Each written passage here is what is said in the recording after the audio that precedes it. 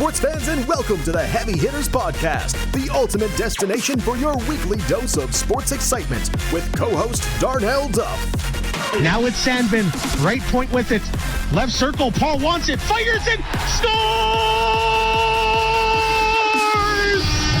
Ashton Paul, welcome to Dauphin! And co-host Jeff Henson. Williams, blue line, shot, rebound! Oh, you hit! Score! Score! Morgan McLean! The Storm are AJHL champions! Whether you're into goals, touchdowns, three-pointers, or home runs, we've got it all covered. We're here to bring you the latest updates, witty commentary, and a whole lot of sports love. So, whether you're tuning in from the sidelines or the comfort of your own couch, get ready for a fast-paced ride through the world of sports. Strap in, because it's game time on the Heavy Hitters Podcast. Hello, welcome, good morning, good afternoon, good evening, whatever time it is for you. Welcome back to the Heavy Hitter Podcast. My name is Darnell Duff, always a pleasure to be joined by Jeff Henson. And Jeff, happy 10th episode anniversary. We're here. Woo! Did you ever think we would get to 10? I was excited when we got to 2. Never mind 10. And it's we got to work on the budget though. We have no noisemakers or anything to celebrate this 10th episode. Maybe by episode 20, we'll have a bit of a budget that we can splurge on things like that. Maybe some giveaways too. Maybe. Fans love giveaways. And you know what I think is really cool about this podcast that's streaming on Spotify as well as YouTube Music and iHeartRadio? We got folks from all over the place. Manitoba, Saskatchewan, Alberta, the East Coast, Estonia, someone tuned in from last week. A couple of loyal folks in Virginia as well. So hello in Virginia, Cavalier Country. Nice to chat with you today. Just cool to see all the support from all over the world. Let's not forget our friends in Belgium and Sweden. There seems to be consistent listeners out there every week to us as well, too. Jeff, does that mean we have to start learning Swedish and Belgium? This might take a while. I'm Dutch, and I have a hard time learning how to speak Dutch. Never mind trying to throw Swedish or Belgium language at me as well, too, here. If you are there, give us till like episode 100 in the super episode, and maybe we'll have some Swedish for you. Nonetheless, welcome to the Heavy Hitter Podcast. Yes, indeed, this is episode number 10, and a big episode is coming up. We'll be joined by one of the greats when it comes to the University of North Dakota Hawks hockey team in Riese Gaber in a few minutes. We're also chatting about the debacle in Winnipeg involving the Jets. Oh, my heart breaks. Not super break because I still have the Edmonton Oilers. Your Oilers, yeah, rub it in. I'm sorry, I just have to. I don't get to rub in that much, but we are starting on a little bit of a somber note. But with that being said, it's also an opportunity, Jeff, to celebrate a life lost and a meaningful voice to so many Canadians and especially broadcasters like you and I. Yeah, I was in actually Regina over this past weekend, and I was lucky enough that I was able to be at the I guess it's the Indigo store there, and picked up a copy of Kurt Keelback's book, 2 Minutes for Talking to Myself. Kurt was one of my broadcasting idols growing up, a guy that I really listened to lots and kind of patterned some of my play-by-play call after. Another guy was Bob Cole, and I think I'm not the only guy. I know he was a big influence to you, Darnell, with your play-by-play career, and I'm sure a lot of broadcasters in this country development of their career and their start to a guy like Bob Cole, who unfortunately we lost last week at the age of 90 years old. I'll never forget growing up watching hockey and just hearing his voice. When I thought of hockey and when I thought of Hockey Night in Canada, I thought of Bob Cole. Even if the teams who were playing I weren't fans of, the Toronto Maple Leafs, the Montreal Canadiens, I just loved the voice of Bob Cole and how much he brought to a hockey broadcast. And really, it just made my inner feelings just think, maybe this is what I want to do, and now I'm doing it. Well, I'm telling you, as a kid, and I know Wayne Gretzky made this comment when he did his tribute to Bob Cole on Hockey Night in Canada last Saturday, I got to admit I was pretty lucky. when it comes to watching Stanley Cup hockey as a child, or NHL hockey, Hockey Night in Canada, had Foster Hewitt, Danny Gallivant, Don Whitman, Jim Robson, and Bob Cole. What a murderer's row when it comes to hockey play-by-play broadcasters to be able to listen to over your youth. I mean, if there's guys that you want to learn the craft from, those are 5 pretty impressive names right there. And I know, like I said, for myself, getting the chance to hear all 5 of them as I was growing up was certainly a big treat. The biggest thing that I'm always going to remember about Bob Cole is he did so many Toronto Maple Leaf games, but he never came off as a homer to the Leafs. He was just as excited for a goal from the opposition as he was for a goal for the Toronto Maple Leafs. And best example of that I can think of was the 1993 Campbell Conference Final, Game 6, when Wayne Gretzky scored in overtime for the LA Kings to send it to a Game 7. Bob was just as excited for that goal as he was earlier on in the playoffs for Doug Gilmour's double overtime winner for the Leafs against St. Louis in round 2. That's the sign of a consummate professional. If he can call the game down the middle, that's the type of broadcaster you want to hear about. There are 2 teams at the end of the day. I try to hone my broadcast. I'm not even on the same level as Bob Cole, and I likely never will be.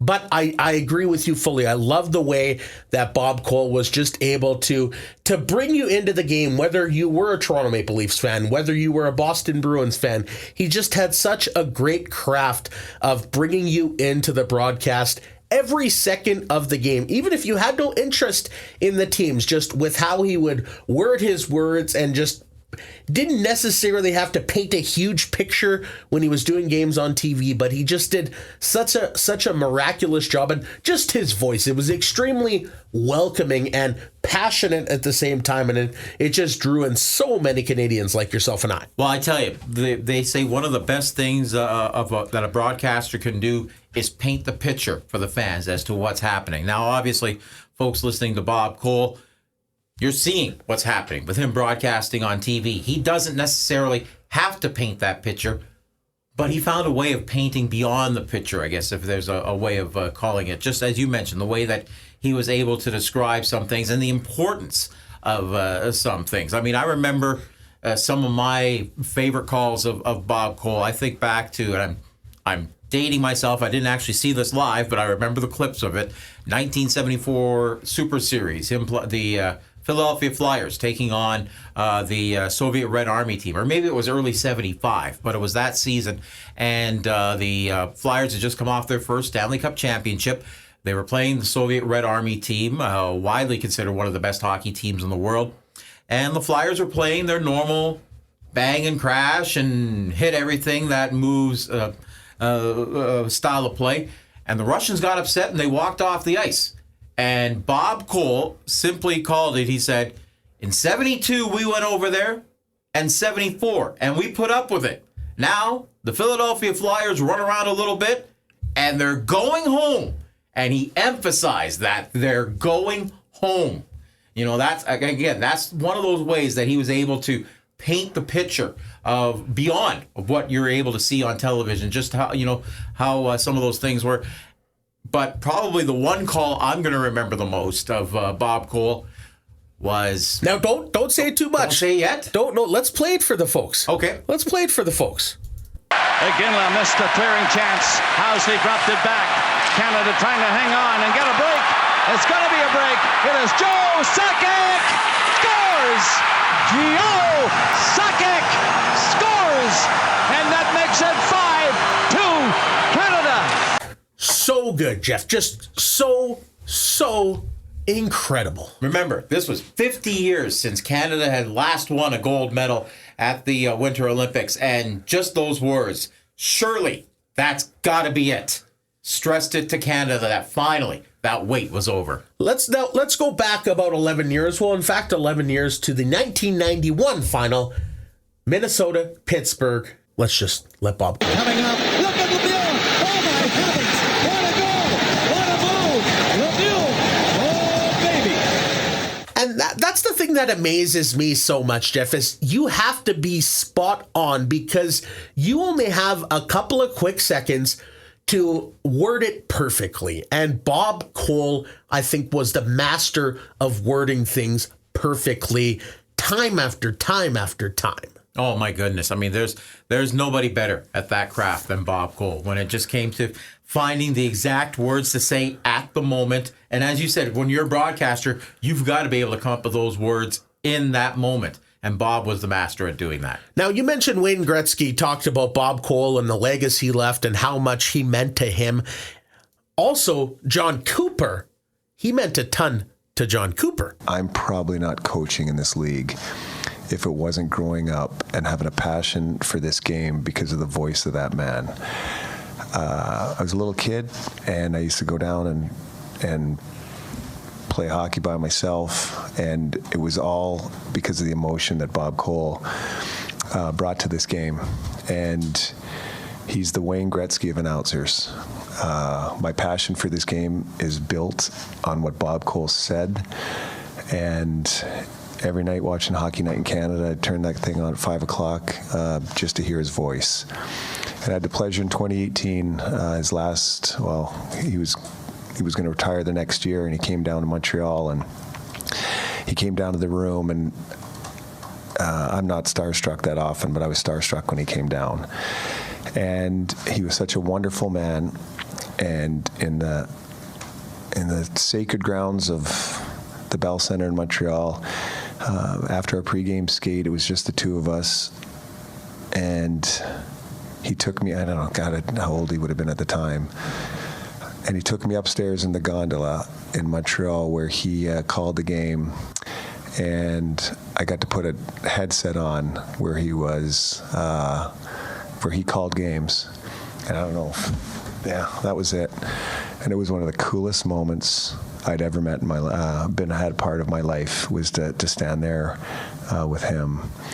And so to all his friends and family and to everybody that grows up living this game, I'm going to miss that man, because he was a superstar in this sport. And again, my condolences to his family. So, Jeff, it's safe to say that Bob Cole was a big reason why we are doing what we are doing, and so many broadcasters from coast to coast. But John Cooper's a coach. He was a big part of, as John Cooper just said, why he's in the National Hockey League right now. Bob Cole meant so much to so many people, and just what he left behind. He's gone, but it's said so often he'll never be forgotten. No, he definitely won't. I know it's this is one thing I've still got a lot of stuff from when I was living in Alberta out at a storage unit in Grand Parade. One thing that's in that storage unit that I'm anxious to get here now to Manitoba to be able to look at again is Bob Cole's book. I want to be able to read that thing from cover to cover, because it talks so much about his life story, and just, from how he got started right through to the end. And Bob Cole was more than a broadcaster. I mean, he was so loved, obviously, by so many people, not only just in the sport of hockey, but outside. He's a Canadian icon, would be one of the best ways to describe it, and he's going to be greatly missed. He certainly will. Bob Cole, gone, never forgotten at the age of 90 years. Bob, thank you so much for everything you brought to this amazing world. Stop by Lindgren again. And the Canadians say goodbye to this season with a win over the Toronto Maple Leafs. And that is all she wrote. Duffy and Henning are coming back with a bang any moment now. Get ready for another round of intense action. Don't miss a beat. Head over to the Heavy Hitters Podcast on Facebook and hit that subscribe button to stay in the loop 24/7. Welcome back to the Heavy Hitter Podcast, streaming on Spotify, YouTube Music, as well as iHeartRadio. This is episode number 10. It is a special episode, so I think it's time, Jeff, to chat with not only a special person, but a very special hockey player in the name of Riese Gaber, who had more career points at the University of North Dakota. And for anyone who isn't super familiar with the NCAA Division I college hockey ranks, that is one of the most storied organizations in college hockey. He had more career points in the last decade than any other player. So Riese, thank you so much for joining the Heavy Hitter podcast. Really do appreciate it. And how are things going here as the offseason rolls on? Yeah, thanks for having me, guys. I appreciate it.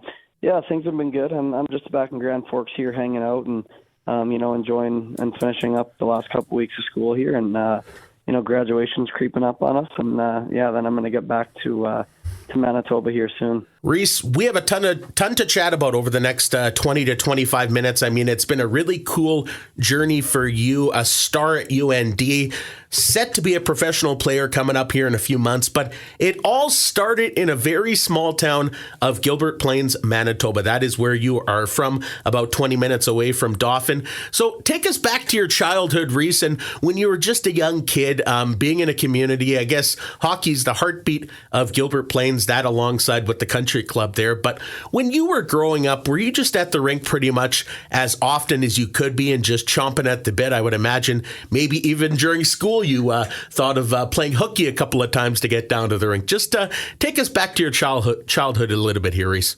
Yeah, hockey has always kind of been the thing for me. I was brought into it, at a very early age, and obviously my dad played, so that helped. And I think just growing up, we always had access to the rink, and our dads would help with the ice, putting in the ice in the fall, and we'd get to skate whenever we wanted, kind of thing. And something I always look forward to is going to the rink, and growing up just cheering on my favorite teams, and kind of my whole life revolved around hockey. And I think as I got older, that really never changed. And like I said, just right from the get-go, it's always been hockey for me. Riese, you had the chance to open up your junior career with the Dauphin Kings, the junior A team closest to your hometown of Gilbert Plains. What kind of a thrill was that to be able to play for, I guess, as close to a hometown junior team as you could get? Yeah, for sure. It was really special to me. I grew up going to Kings games and, being a really big Kings fan. And, that was my goal. I always wanted to play for the Kings when I was a little kid. And, getting to live that experience and live that dream was something really cool and an awesome way for me to start my junior career. Now, Riese, I want to even go back to your time prior to your time with the Kings. Your dad, you just mentioned how big he is in your hockey journey. Back in 86, 87, he was playing with the Humboldt Broncos, and he won a Saskatchewan Junior Hockey League championship. He had 171 regular season points amidst 3 seasons with the Broncos.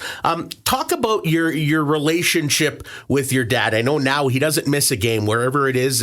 If he can travel to watch you in person, he certainly does that, but he watches all your games on TV if he can't see you in person. Just talk about your relationship with your father.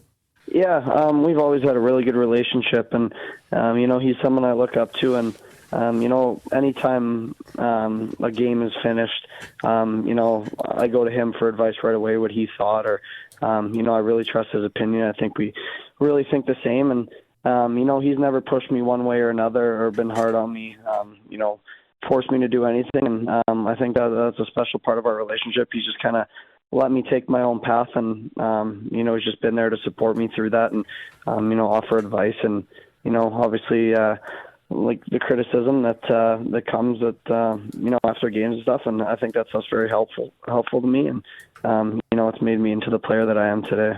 Riese, I remember your dad, and I remember that 86-87 Humboldt Broncos team that hosted the Centennial Cup and came up just short against Richmond in that championship final. How big of a support and how much advice was he able to give you when you were going through the championship year there with the Steinbach Pistons? Yeah, we talked a lot. Obviously, he was at all the games, and it was pretty cool that he got to go through that experience. And he played in the Anavet Cup and won the Anavet Cup. So, after we beat Nipawin and, we got the Anavet Cup, it was pretty cool I looked and, I took a picture of the trophy, and his name is right on the trophy there. So that was pretty cool to have that experience. I definitely leaned on him a lot, and, he definitely had a lot of experience in that kind of setting. And, it helped me, get through that time, and obviously cool to be a champion like he was. So, Riese, you've had success everywhere you goes when it comes to minor hockey, but I look back to that 2014-15 season when you were playing with the Parkland Rangers, the U18 club. You had 11 points, and then the following season you returned to play with the Rangers. You increased that by 50 points. You had 61 points. So can you go back to then perhaps, and what changed? What light bulb perhaps flipped on that allowed you to increase your point total and add 50 from the previous year?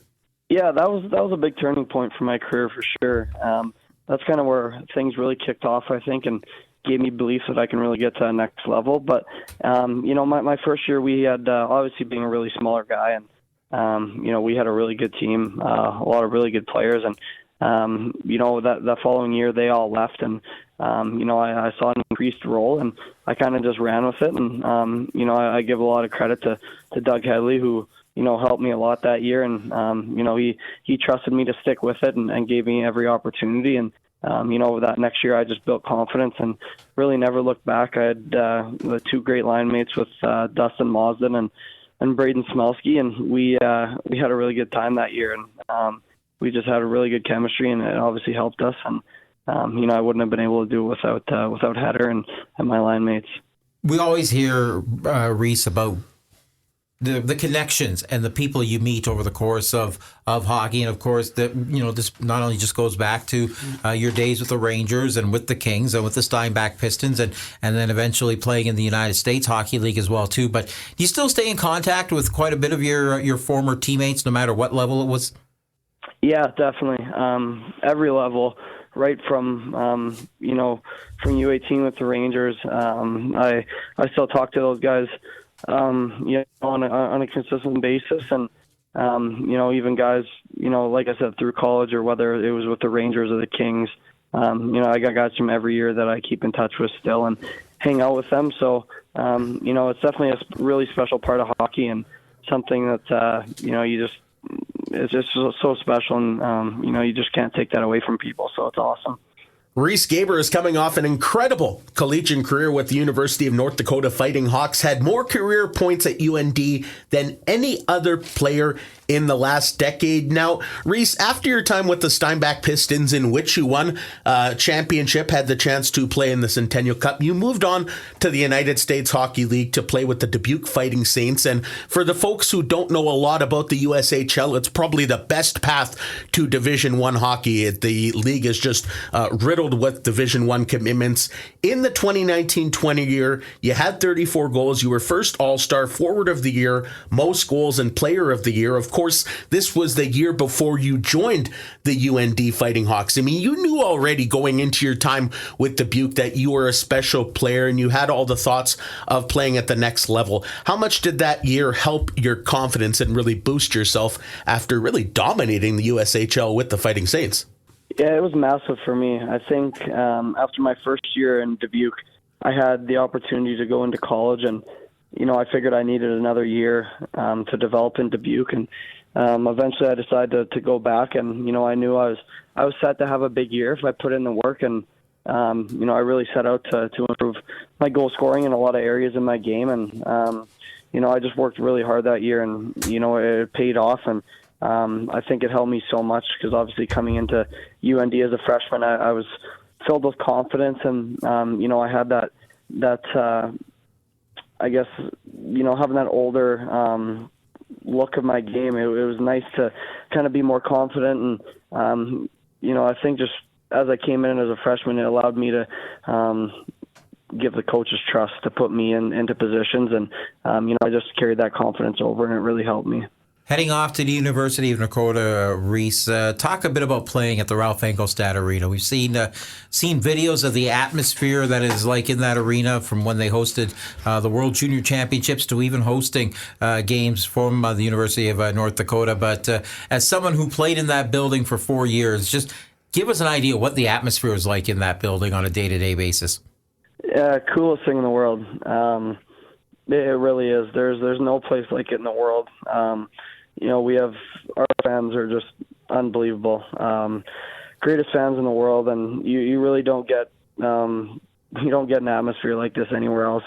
It's so cool because everyone in the stands cheering you on. You go to school with them, you see them around town.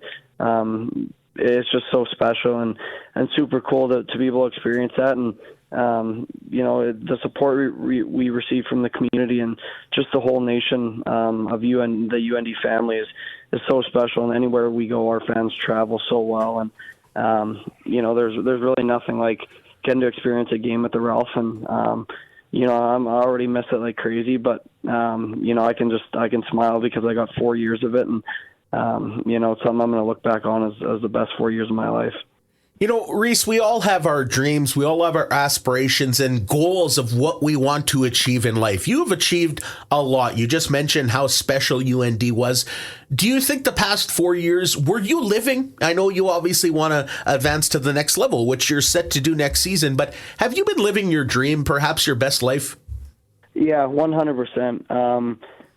After last year, I had a tough decision whether I wanted to leave to sign pro or come back to UND for a fourth year. And, it all came down to just how much I love Grand Forks and how much I love UND. And I just couldn't get away from this place.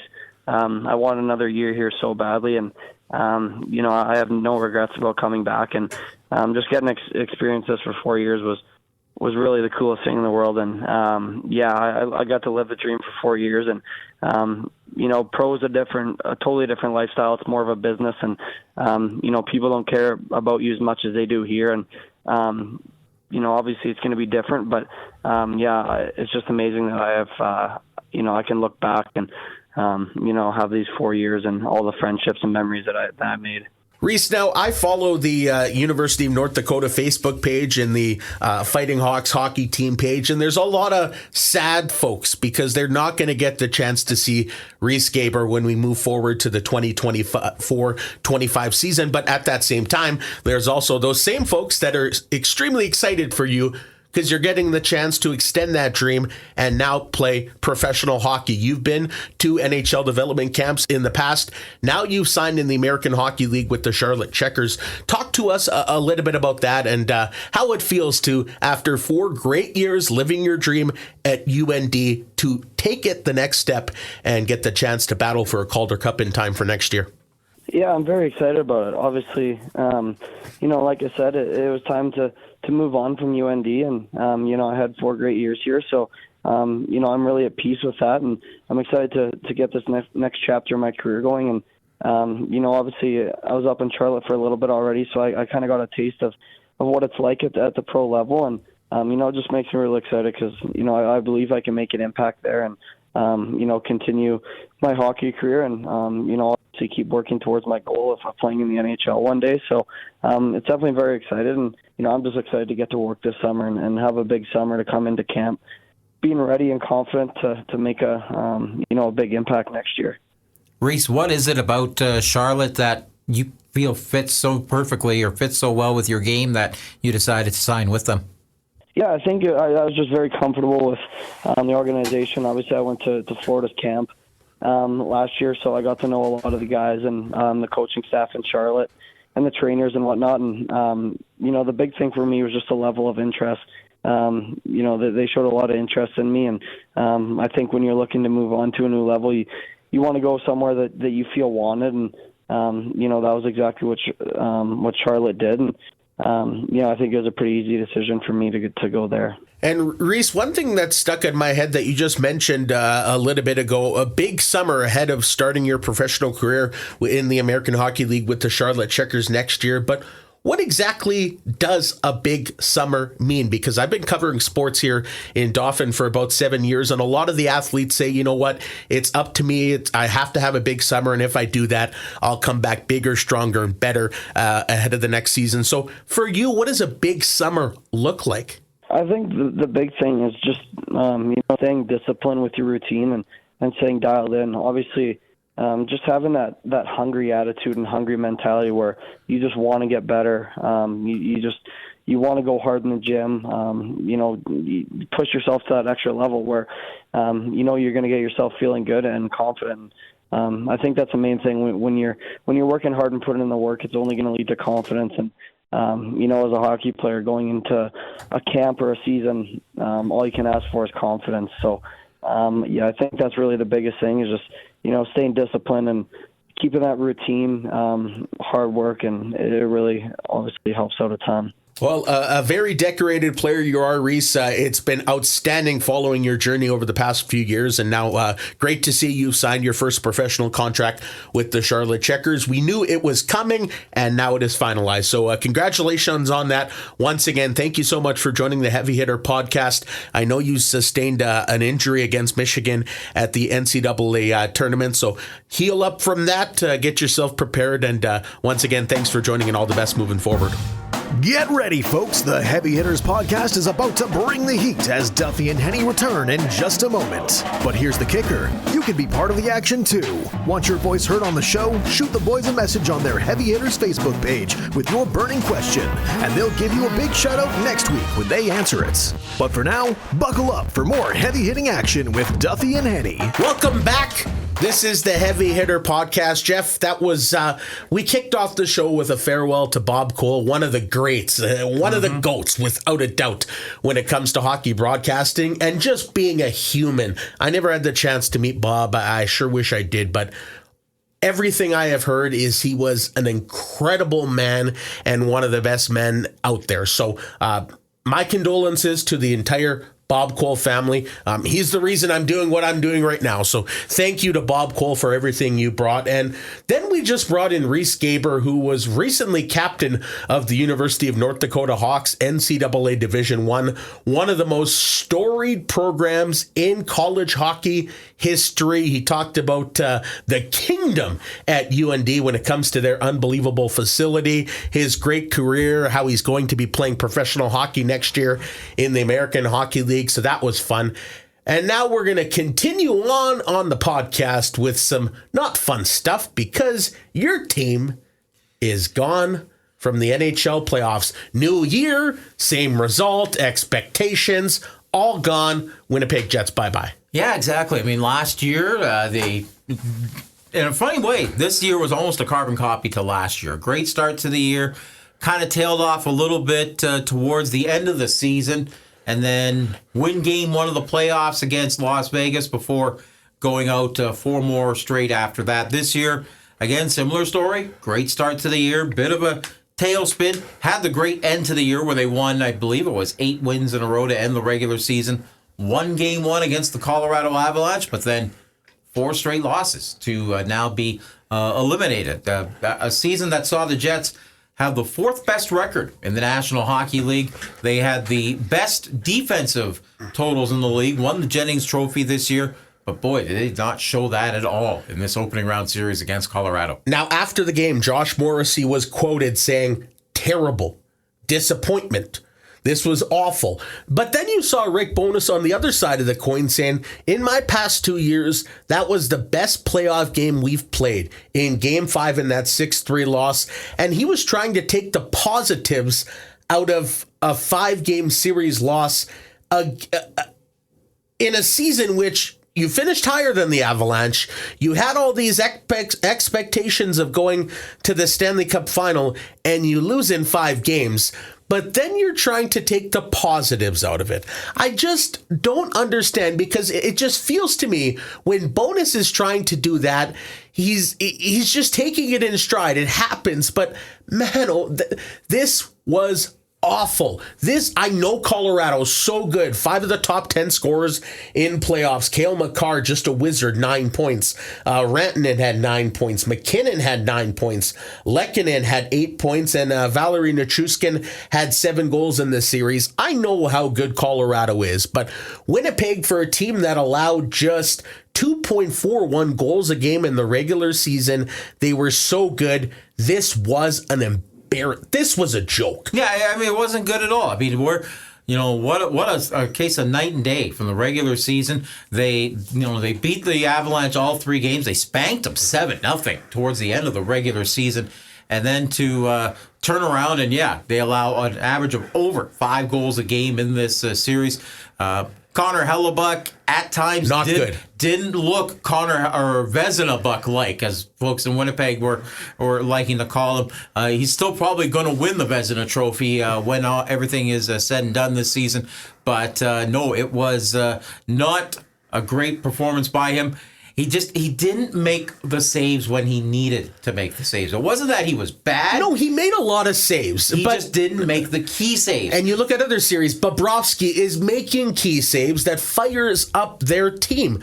That's what Hellebuck was not making. He just was not good enough. He had an .870 save percentage and a .523 goals against average. He was piling up the saves, but not the ones that maybe he needed to make. Well, he's piling up the saves because the Avalanche were getting so many shots on goal because the Jets couldn't contain their forecheck and their transition game, which again was a huge change from the regular season. And so now, if you're a Jets fan or if you're someone in that Jets front office right now, what do? This is 2 years in a row that there was such high expectations for this hockey club going into the playoffs, and it ends in literally a disappointing thud in the opening round. It wasn't even really close. No. Like the games weren't, other than their game one where they probably shouldn't have won. I mean, if Georgiev wasn't as bad as he was in game one, this is probably a 4-game sweep, 6-3 in game number 5. And you have, after signing Mark Scheifele and Connor Hellebuck to long-term contracts, are you stuck with these guys? I really think there needs to be a big name move within the Jets this offseason because it's obvious the core on this team, it's great for the regular season, but it's not a core that's going to get you far in the Stanley Cup playoffs. We've seen that now for a couple of seasons, even going back, to the pandemic when they lost in that opening round series to the Calgary Flames in the pandemic playoffs. They managed to get a playoff series win over Edmonton, then proceeded to get swept 4 straight in the next round by the Montreal Canadiens. Into last year's series against Vegas. It's for the most part the same core that has been through all of these playoff series. They got rid of Dubois and Wheeler last summer to see if that would shake things up. They made the coaching change where Paul Maurice stepped back. They brought in Rick Bowness, thinking that might be the change. Didn't change anything. Look what Paul Maurice is doing in Florida. Yeah, look what Maurice is doing with the Florida Panthers. Gets them to the Cup final last year. This year they get by Tampa Bay, a pretty good hockey club, and they dust them aside in 5 games and likely going to make a very long playoff run themselves in the postseason here. So Maurice, I don't think the coaching is the issue here. I really think there needs to be a shakeup of some kind in the core of this hockey club. Now, whether that's, if you can find a dance partner to trade a Connor Hellebuck to or a Mark Scheifele to, maybe, I hate to say this, maybe a Kyle Connor. My mom, of all people, was noticing last night later on as that game went on that Connor was not forechecking all that well coming back or back checking. He's floating. There are too many guys that are floating around and aren't playing with a purpose, and that is not the case with the Avalanche. I mean, we know how good Nathan McKinnon is offensively. He just gallops down the ice, and when he wants to take things into overdrive, he does. He has the ability that few players in the NHL possess. Others, of course, being Connor McDavid, who has a good lead over the LA Kings in their first round series. But when it comes to the Jets, I mean, they're pleading for fans to come to games, to spend hundreds of dollars to get in the stands, to pay $15 for a beer, to pay $15 for a mini dog that is like a 2-biter. For the best of people, for me, I just laugh at the thought of spending $15. But then at the end of the day, you provide a good regular season, but you're not realistically putting a roster together that's going to have any sustained success. If I'm a Jets fan, which I am, but there's no way I would be getting a season ticket to support. I shouldn't say that. I want to word this properly. I support the Jets. It's great for Winnipeg. You saw the whiteout party.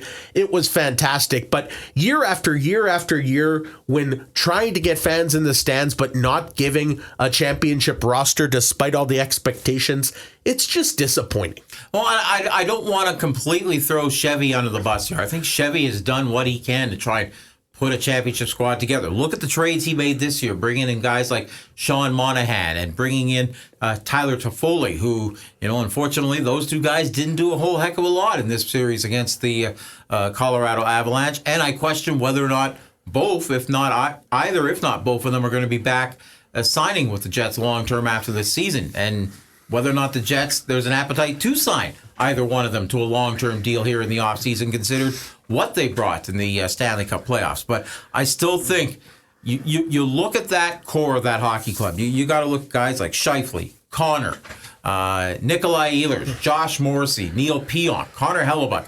That's guys, I mean, you could throw Adam Lowry into that as well, too, I guess, with him being the captain as such. I would consider that's your core of the hockey club.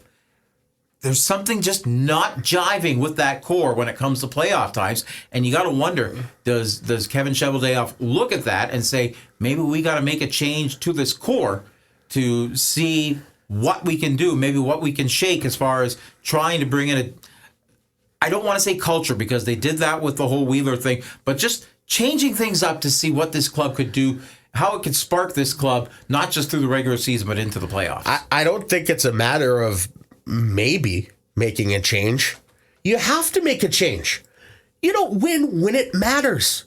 A change has to be made in the offseason. I don't know what that change is, but a change has to be made, whether that's moving on with Connor Hellebuck, whether it's moving on with Mark Scheifele. Changes have to be made in the offseason. But I will give Winnipeg credit for the crowds, and I will give for the whiteout party outside the arena. That was incredible stuff. Also not a fan of the bulletin board material. Before the series, Connor Hellebuck said, if they beat, or I believe it was after game one, actually, he said, if they beat me, it's going to be a fluke. All they did was go on to beat him. Yep. And before game 5, Chris Jericho was in the stands, and he chatted with Scott Oak before the game. I saw that. I am guaranteeing a Winnipeg Jets win, while Colorado was already on the bench just waiting for puck drop. That is bulletin board material, big letters, bolded, huge font. You don't have to give Colorado any more reasons to whoop you. Chris Jericho, though, that's wrestling talk. I mean, are you surprised that he would do something like that? No. Not at all. No. I mean, yeah, that's just... It was entertaining, if anything, was to see him literally almost go into his wrestling character right there as far as trying to inspire the Jets on with that game number 5 on Tuesday night. You know what? Around the National Hockey League playoffs, I think I gained a little bit of respect, and I wasn't sure I would ever say this, for the Toronto Maple Leafs, staving off elimination against the Boston Bruins, doing so without AM34, beating a very good goaltender in Swayman. Matthew Nyes had the winner, and sending the series back with an opportunity to force a Game 7. Joseph Wall was all of a wall in that game, a .970 save percentage. Outstanding. Kudos to the Leafs for that, keeping their season alive. And now, if you're in that Boston Bruin dressing room, how much is creeping into your head? Here we go again. It has to be. Blowing a 3-1 lead last year to the Florida Panthers. You got to think there's maybe at least a little bit of a seed of doubt creeping into the minds of some of these players after that Game 5 loss on Tuesday night. But how about the Vancouver Canucks? Is there a seed of doubt there? Because this series could be... I honestly think Nashville could have won this series in 5 games. You look at 2 of the losses, UC Saros was terrible. He gave up 4 goals on 16 shots in one game. He gave up 2 goals on 12 shots in another game. That series, Nashville stayed alive with a Game 5 win. They're now going to Game 6. The Predators down 3-2. They're down, but this series could have potentially already been over if Saros played as well as he did in the regular season. And I guess it's different. Regular season to the playoffs, sort of comparable here. Yeah, here's another guy that for a large part of the year was considered a Vezina Trophy candidate, ended up not being one of the 3 finalists, those being Hellebuck, Bobrovsky, and Demko. But nonetheless, still a guy that played a big role in getting Nashville into the playoffs, and now maybe not quite playing up to those standards when it comes to the postseason. I tell you, one good team, well, more than one, but in this series specifically, one really good team is going to be bounced from the playoffs in Carolina or the New York Rangers. Ooh, they both going to be a good one. Ran through their first round series. They are very good defensively. These are two outstanding teams that both believe they can truly, and I think they have good odds to win the Stanley Cup, but one of them is going to be gone from the playoffs in a couple of weeks. And if Boston manages to hold on and beat Toronto, then you've got that rematch, Boston and Florida. And how much is redemption going to be on the mind of the Bruins going into that series, provided the Bruins can get by Toronto here in this opening round? Is there a better time than the Stanley Cup playoffs? No. So much drama. My odds-on favorite, and perhaps I'm a little bit biased still, but if Stuart Skinner plays as he did in game number 4 when he had a shutout, if he plays like that, and you have Connor McDavid, Leon Draisaitl offensively, I don't see a team that gets past Edmonton. Sure, maybe I'm biased, but I truly believe that is the case. So I'm going to throw this at you, Mr. Edmonton Oiler fan. Oh, boy. Because we were talking a few minutes ago about Connor Hellebuck and possibly moving him. If the Oilers do not win the Stanley Cup this year, do you entertain the possibility, with other pieces added in, obviously, of a Connor Hellebuck for Leon Draisaitl trade? No. One-on-one? Absolutely not. Well, no, it wouldn't be one-on-one. There'd be other pieces, obviously, having to be added in. No. Connor Hellebuck has not proven anything in the playoffs. Sure, he'll have a great regular season if he was with Edmonton. And Edmonton has, at times, been they're pretty weak defensively at times. They give up a lot of good opportunities, as do the Winnipeg Jets, as we saw in round number 1. I don't want Connor Hellebuck. He has not proven anything to me yet that I'd have any confidence in him in the Oilers jersey. But do you want to continue to run down the road of the Toronto Maple Leafs and put so much of a huge portion of your cap hit towards just a couple of players? Because Draisaitl, after next season when his contract is up, is going to be looking for McDavid money. For sure. And then after that, McDavid's going to want to top that when his contract is up the following season after that. Now, I think Edmonton and Toronto's a little bit different because there's no Connor McDavid in the NHL. And I'm not sure if there's a Leon Draisaitl. I prefer those two over what Toronto is stuck with. Granted, Austin Matthews is a god. Appreciate him a lot. I wish he got to 70 in the regular season. But to answer your question in a long roundabout way, I do not want Connor Hellebuck. But I don't know if I want Stuart Skinner. But if Skinner continues to play as he did in Game 4, the Oilers also called up Jack Campbell, which is, I'm not sure if that's going to matter at all, but good to see him back in the National Hockey League. So some drama in the NHL, the Winnipeg Jets gone, the Edmonton Oilers rolling on. We're going to chat more about this next week when we have another huge episode, by the way. Oh, if we got a great guest next week. Do we ever? Oh, this is groundbreaking. Like, we're hitting heavy, I think. Yeah. This is one you're going to want to mark your calendar for next week when we put out the podcast, because you're going to love this interview that we've got. I'm not going to say anything because I know you're going to promote it come early next week or whatever anyway. But yeah, this is a special interview we've got for episode number 11 next week. And we're also going to chat about the Centennial Cup, Canada's National Junior A Hockey Championship next week. But first of all, I have to touch on it because my heart is broken a little bit. The Flin Flon Bombers. The curse of the Saskatchewan Junior Hockey League final. They have lost the final 3 consecutive years. 2 years ago, they lost in Game 7 of the Estevan Bruins. Last year, it wasn't even close against the North Stars. They lost in 4 games. This year, they were the number 1 team in Canada for 17 weeks. They were never outside of the top 3.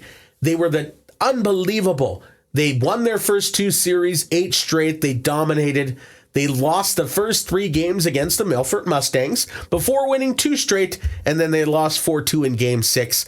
5 of the last 7 years they've lost in the final. If you want to talk about a curse, maybe it's the Moose Leg reverse curse. Yeah, I was wondering. Oh, I hate it. Is that some type of a curse, the Moose Leg? But that's hard. That's hard. And you talk about passionate fans. There are very few, if any, more passionate fans than the ones that file into the Whitney Forum every night to go watch the Flin Flon Bombers play. I mean, just the fact of them throwing a moose leg out onto the ice every time the Bombers win a playoff game at home speaks to that itself. And you got to feel for that franchise. It's not 31 years now since they've last won a Saskatchewan Junior Hockey League championship. And, they couldn't do it this year. What is it going to take for the Bombers to win? Jeff, on the Power Play Show, our Power Play Show on the radio, all year we were talking, if Flin Flon doesn't win this year, there is something wrong with hockey. So is there something wrong with hockey now, or is this just something else? This is playoff hockey. You never know what's going to happen come the postseason. And this is playoff hockey. So now the Melfort Mustangs. Now, you got to consider them a favorite. When they knock off one of the top teams in the country to get to the Centennial Cup, you got to, right away, put a little bit of a bullseye on the Mustangs as far as maybe one of the teams to beat at that tournament next week. They play heavy. They're going to play the champions from Manitoba and the Winkler Flyers, who also play heavy at the Centennial Cup in Oakville. As we mentioned, we got a huge guest next week, so it's time to take a break, a little bit of a chill pill, let the brain rest, maybe take a sleep. Enjoy the rainy weather, but Jeff, we're coming back next week with a big one. We'll see you folks in 7. Have a fantastic one, and we'll chat with you around the clock. That's a wrap for this week on the Heavy Hitters Podcast. Don't forget to give the guys a follow on Twitter at It's the Duffy One and JHenson73. You can also keep up to date with the podcast by visiting the Heavy Hitter Podcast on Facebook. Duffy and Henny will return next week, but for now, keep it real and keep it heavy hitting.